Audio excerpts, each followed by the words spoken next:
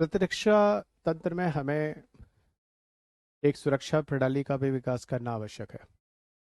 सिर्फ ये नहीं होता कि हम जा रहे हैं और अटैक कर रहे हैं, ये प्रचपास बनाया, वहाँ गिराया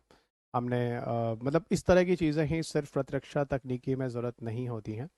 प्रतिरक्षा तकनीकी में हमें एक तरह से इस तरह की प्रणाली भी डेवलप करनी है जो निगरानी करने का कार्य करे, और एक ऐसी निगरानी जो युद्ध क्षेत्र में जाकर और वहाँ के अंदर के वहाँ के बारे में बताए कि किस तरह की चीज़ें वहाँ हो रही हैं, जिससे हम अपनी सेना को, चाहे वो अ, थल सेना हो, नभ हो, या फिर वायु, है ना, मतलब जल थल नभ, जो भी तीनों आप बोलते हैं, उनमें से कोई भी सेना हो जिसको हम सारी सूचनाएं भेज सकें और एक समन्वित एकत्रीकृत तरीके से हम वहां पर बचाव कार्य को अपना सकें। उसी प्रणाली को देखते हुए एक ऐसी प्रणाली है जो चर्चा का विषय रही है, जिसका नाम है संजय प्रणाली, जिसे हम युद्ध क्षेत्र निगरानी प्रणाली के नाम से जानते हैं, जो पिछले एक दो वर्षों से चर्चा में रहा है। मैं नाम डॉक्टर रवि अग्ररी और आप मुझे इस ऑनलाइन प्लेटफॉर्म पर सुन रहे हैं, और इस वीडियो डिस्कशन में मैं आपसे इसी संजय प्रणाली के बारे में बात करने वाला हूं। असल में होता क्या है कि बैटल फील्ड में, यानी युद्ध क्षेत्र में, जो भी लड़ाइयाँ होती हैं वहाँ पर अंदर किस तरह की चीज़ें चल रही हैं, ये सारी जानकारी इन्हीं के द्वारा प्राप्त होती है। आपने थोड़ा सा ध्यान दो तो अगर आपने महाभारत सुना हो या देखा हो, उस सीरियल्स वगैरह में सुना होगा, उसमें एक कैरेक्टर होता है संजय, जो हमेशा धृतराष्ट्र के साथ होता है।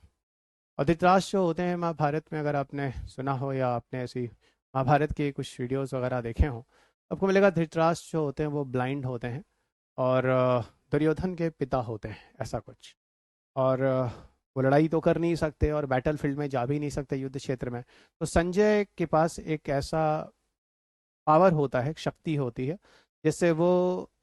खुद वो देख लेते हैं कि बैटलफील्ड में क्या चल रहा है बिना वहां जाए हुए, और वो धृतराष्ट्र के सामने ही रहते हैं, धृतराष्ट्र को सारे अपडेट दे रहे होते हैं कि युद्ध क्षेत्र में क्या चल रहा है, और धृतराष्ट्र उन सब चीज़ों को संजय से प्राप्त कर रहे होते हैं। एग्जैक्टली वैसा ही कुछ इस नाम में भी संजय के साथ ही है, और शायद इसी चीज़ को लेकर संजय नाम रखा गया होगा, पर ऐसा कहीं मुझे लिखा नहीं मिला है। पर बिल्कुल कॉन्सेप्ट वैसे ही, अब मेरे ख्याल से आपको ये चीज़ें समझ में आ गई होंगी कि संजय प्रणाली एक्चुअल में है क्या, उसी महाभारत के संजय के कैरेक्टर की तरह ही है।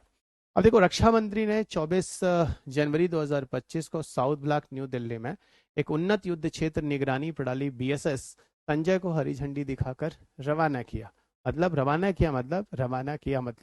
इसको लॉन्च किया, और अभी पूरी तरह से आने में इसको कैसा कहते हैं कि 25 के लास्ट तक ये पूरी तरह से आ जाएगा। ठीक है, और ये 25 से